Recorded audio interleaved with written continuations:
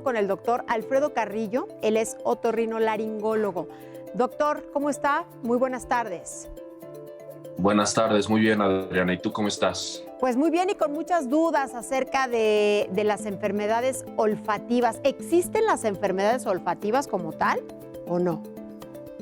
Pues no existen las enfermedades olfativas, es decir, existen enfermedades y que pueden tener como uno de los síntomas una pérdida o una alteración del olfato, pero una enfermedad olfativa en sí, pues no existe.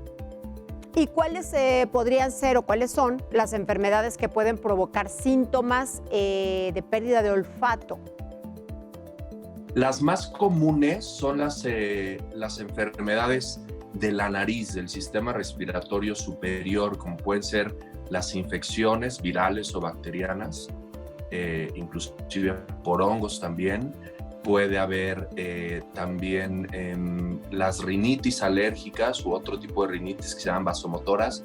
También pueden provocar alteración del sentido del olfato, que es el área en donde yo me desarrollo. Sin embargo, también hay otras enfermedades, sobre todo neurológicas o psiquiátricas, cuya manifestación también puede ser una alteración del sentido del olfato, que eso es mucho menos frecuente, es más frecuente que un problema propio de la nariz sea el que provoque disminución, pérdida o alteración del sentido del olfato. Bien, ¿nos puede explicar qué es la cacosmia? La cacosmia es un síntoma en el que una persona percibe un mal olor, ¿sale? Entonces, a eso se refiere la cacosmia. Esto es muy frecuente, por ejemplo, en pacientes que tienen sinusitis. Al tener una infección en los senos paranasales, entonces perciben un mal olor y eso uno en el historial clínico lo refiere como cacosmia. O sea, el paciente percibe un olor desagradable, aunque no haya un olor desagradable en su entorno, cerca de él. Exactamente. Finalmente el olor proviene de esa infección que existe en esos senos paranasales. Ahora, esta cacosmia también se puede manifestar en algunas enfermedades neurológicas, en las que hay una alteración del sentido del olfato y cuando se descarta algún padecimiento de la nariz o de los senos paranasales y se investiga alguna otra enfermedad neurológica y se detecta alguna enfermedad neurológica, puede ser entonces esta cacosmia una manifestación de esas otras enfermedades. Pero insisto, eso es lo menos común. ¿Como cuáles enfermedades neurológicas, por ejemplo? Las principales. No podría decirte con precisión cuáles, pero por ejemplo puede haber tumores en una estructura del cerebro que se llama bulbo olfatorio, que pueden presentar, en las que los pacientes pueden presentar cacosmia, algunas enfermedades psiquiátricas, no te puedo decir exactamente los nombres, no quisiera decir alguna imprecisión, no es mi área precisamente, pero que pueden manifestarse como cacosmia, Adrián. Claro. ¿Y cuáles son, doctor, las principales alteraciones del sentido olfativo? Las principales son hiposmia, que significa disminución de la capacidad para percibir aromas, y la anosmia, que es la pérdida de la capacidad para percibir aromas. Entonces una persona puede tener, o sea, algunos aromas no los percibo, otros sí, entonces eso se le puede llamar hiposmia, pero otras personas, como sucede actualmente con algunos pacientes, con muchos pacientes con COVID, dicen es que no huelo nada. Entonces eso se describe como anosmia, es decir, no puede oler.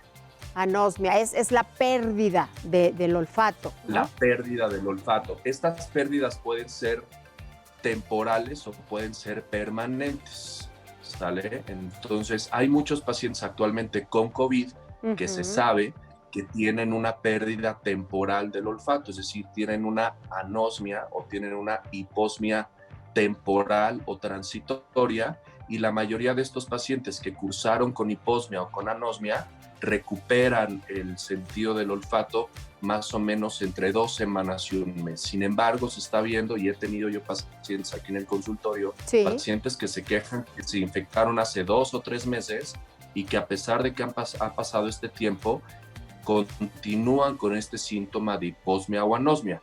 Como no se conoce la enfermedad, es decir, cómo se comporta en el transcurso, exactamente, en el transcurso de más allá de 8, 9, 10 meses, pues no se sabe con precisión qué va a suceder con esos pacientes, si van a recuperar el olfato o ya no lo van a recuperar. Eso el tiempo lo dirá. Por supuesto, pues ojalá que sí lo recuperen. ¿Puede haber alguna relación con alguna deficiencia vitamínica también para tener estos padecimientos, anosmia, por ejemplo?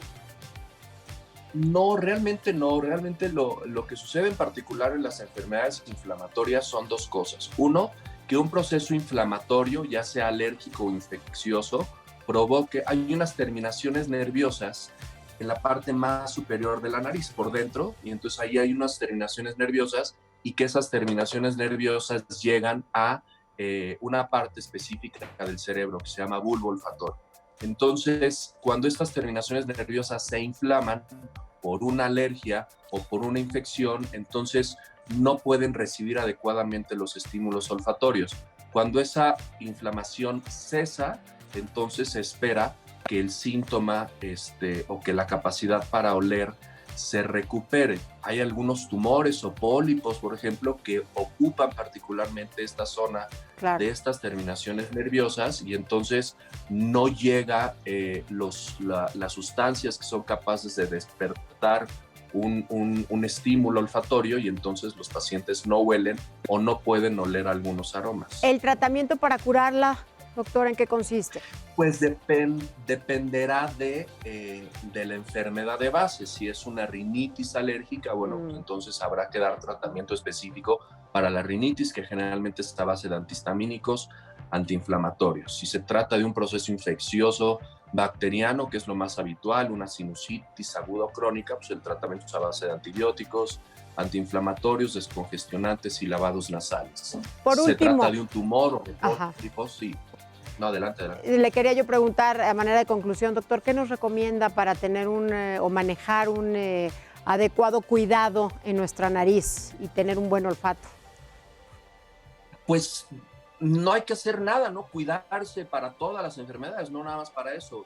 Comer bien, dormir bien, hacer ejercicio y ante la presencia de un síntoma, y si este síntoma generalmente persiste más allá de 2 o 3 días, pues lo recomendable es acudir con un médico, ya sea general o un médico especialista, si el médico general no logra identificar la causa, y poderlo tratar de una forma más específica. Bien, doctor, pues le agradezco mucho toda la información que nos ha compartido esta tarde aquí en Código Salud acerca de enfermedades olfativas como tales. Al contrario, con mucho gusto, Adriana. Salud.